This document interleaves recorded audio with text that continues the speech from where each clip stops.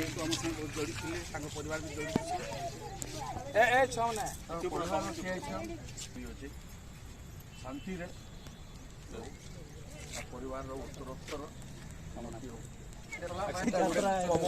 ସେ ଯେନ୍ତା ଆଲୁ ତରକାରୀରେ ପକେଇକି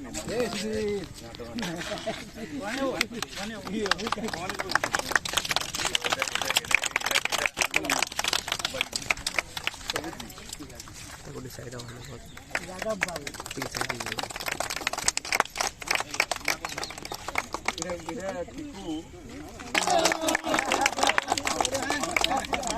ଆଉ ଆଗାମୀ ଦିନେ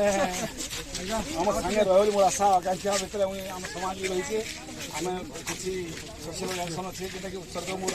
ପ୍ରଥମ ଆଜି ଯେ ମୁଇଁ ସୋସିଆଲ ଫିଲ୍ଡ ଉଠି ପାରିଛେ ଦାଦାଙ୍କର ଅବଦାନ ଅଛେ ଦାଦାଙ୍କୁ ମୁଁ ଶିଖିଛେ ଆଜି ଯାହା ଆଜି ସମ୍ବଲପୁର ପଶ୍ଚିମ ଓଡ଼ିଶାରେ ଯେ ଲୋକମାନେ ଯାଇଛନ୍ ଦାଦାଙ୍କର ଅବଦାନ